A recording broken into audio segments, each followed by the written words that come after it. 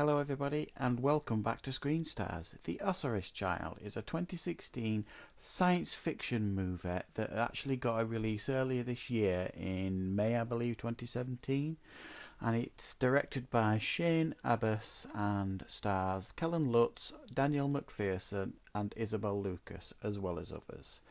And it's a movie that I've found very difficult to get hold of. This is a movie that I've been seeing trailers for now for several months and thought it looked really impressive. It kept showing up on my Facebook feed, this trailer for this movie, and it made out like it was out on Blu-ray, but I could never find it. And the reason I could never find it was advertised as being called Origin Wars. But actually, I don't know what's happened here, but it's obviously been renamed and retitled as the Osiris Child. And as you can see from that picture there, it looks like it's had another title as well. So it looks like it's had a bit of an identity crisis, this movie, and probably it's had a little bit of trouble selling it or getting it released. I don't know. But there's obviously been something going on there. But after watching this movie, after being quite looking forward to watching it too, I have to say I was really very impressed with this movie as a science fiction movie.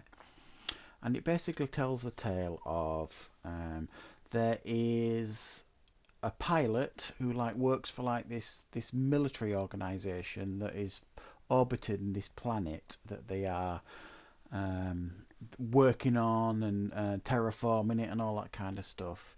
And he plays a character called Lieutenant Kane Somerville, Daniel McPherson, and he's like this ace fighter pilot. And he's got his daughter visiting him, and she's on this planet below. They're staying in the capital, Osiris, I think the capital's called. So he's spending time with his daughter at the beginning, then he goes back up to this station above in the clouds, and while he's up there, there is an issue that breaks out on a prison down on the planet. They use prisoners on these planets to do the manual labour for all the work that they're doing.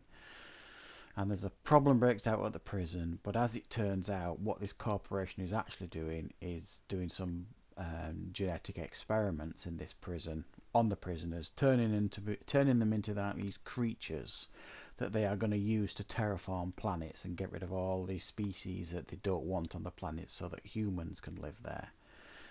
So there's an outbreak in this prison, all these creatures get out, and this character, Lieutenant Kane, needs to get down to the surface to save and protect his daughter.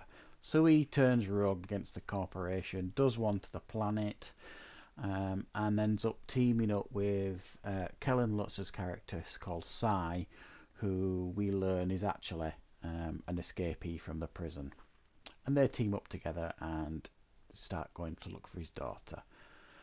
And they end up teaming up along the way with Isabel Lucas's character and a couple of others to try and get his daughter and get to safety before the planet basically, the corporation are going to push the button on the planet and basically wipe it clean, because they don't know, they don't want anyone to find out what they've actually done on this planet.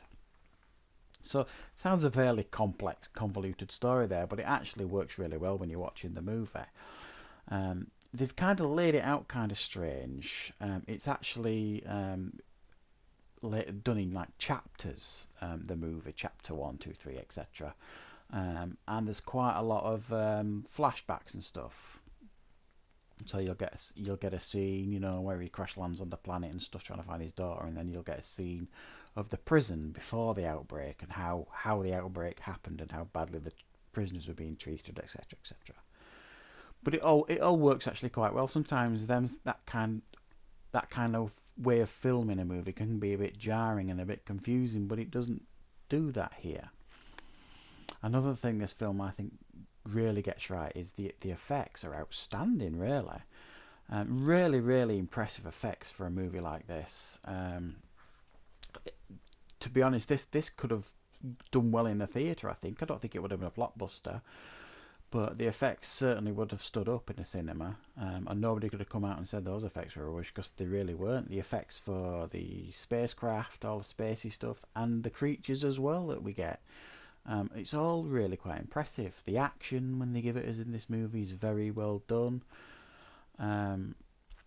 It keeps you on your toes. It never slows down too much, this movie, to try and get all dramatic and stuff. You get a couple of scenes here and there, talky bits, but nothing that slows the pace of the movie down. Um, I mean, a couple of missteps that they get here is probably the level of the actors they get. I mean, Kellen Lutz has done quite a few movies, but he's not renowned for his acting. He's done things like Twilight and that Hercules movie and things like that.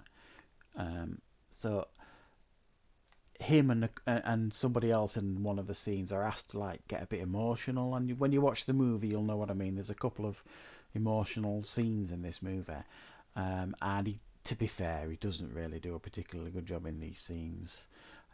But he's not the best actor in the world. But other than that, the action stuff and everything else he does fine with, as does everyone else. But unfortunately, one of the other emotional scenes is with Isabel Lucas, who again doesn't have a particular very good range when it comes to acting, so she doesn't particularly deliver that well either.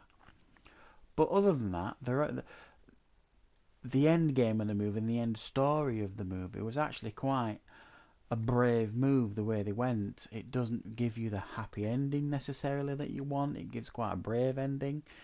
And I thought that was interesting. I thought it was just going to give us a standard sign off happy sci-fi ending, but they don't give you that really. So I applaud them for that, and I applaud them for this movie. I've seen some fairly poor sci-fi this year, and this is right up there with one of the best sci-fis I've seen in the last couple of years, certainly, and it is definitely worth a watch, I would say.